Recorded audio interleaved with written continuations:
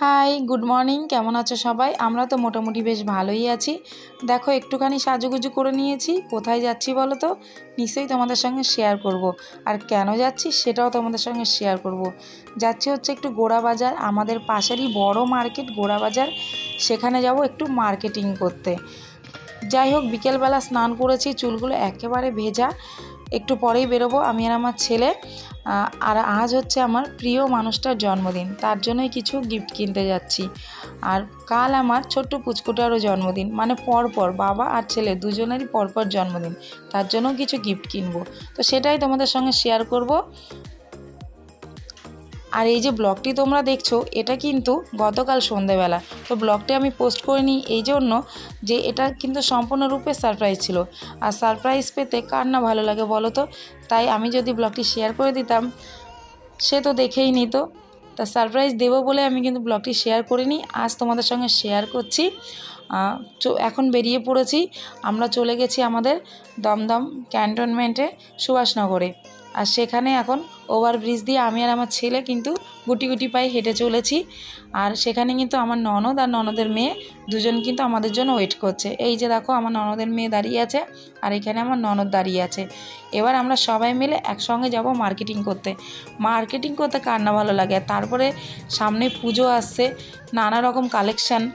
যাই হোক, চলো এবার একটু মার্কেটের মধ্যে যাই, আর কি কি কালেকশান আছে তো আমাদের সঙ্গে শেয়ার করব। প্রথমেই আমরা চলে গেছিলাম আমাদের এসএনবি মার্কেটে, এবং সেখানে গেলে তো নানা রকম কালেকশন দেখা যায়, তাই ভাবলাম চলো সেখানেই যাই। আর কপালটা এতটাই খারাপ যে এসএনবি পুরো বন্ধ। সামনে যেহেতু পুজো, তার জন্য সেটা আর কি একটু রং টং করে পালিশ করা হচ্ছে, একটু সুন্দর করা হচ্ছে।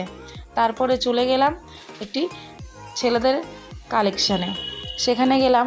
আর আমার কর্তামশাই তো সাদা মানে খুবই পছন্দ করে, সাদা জিনিস হলে সে তো খুবই খুশি। তাই আমি আর অন্য কোনো কালারের দিকে না তাকিয়ে দোকানে গিয়ে সোজাসুজি বলে দিলাম সাদা শার্ট দেখাও। ভেবেছিলাম টি শার্ট নেব, তারপরে ভাবলাম না, যাই হোক শার্ট নিই। তো এইখানে সবাই ওরা গল্প করছে, আর দেখো কত রকমের কালেকশন রয়েছে। তবে ছেলেদের কালেকশানের আর কী দেখার আছে বলো? মেয়েদের কালেকশন থাকলে চোখ পুরো ধাঁধিয়ে যায়।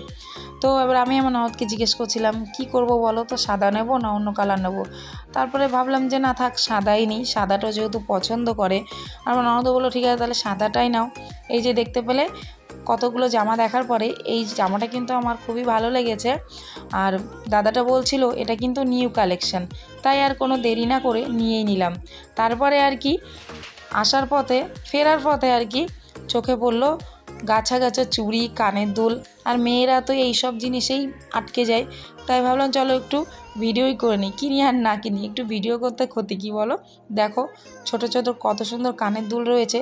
যাই হোক, এই ব্লগটি কিন্তু এই পর্যন্তই।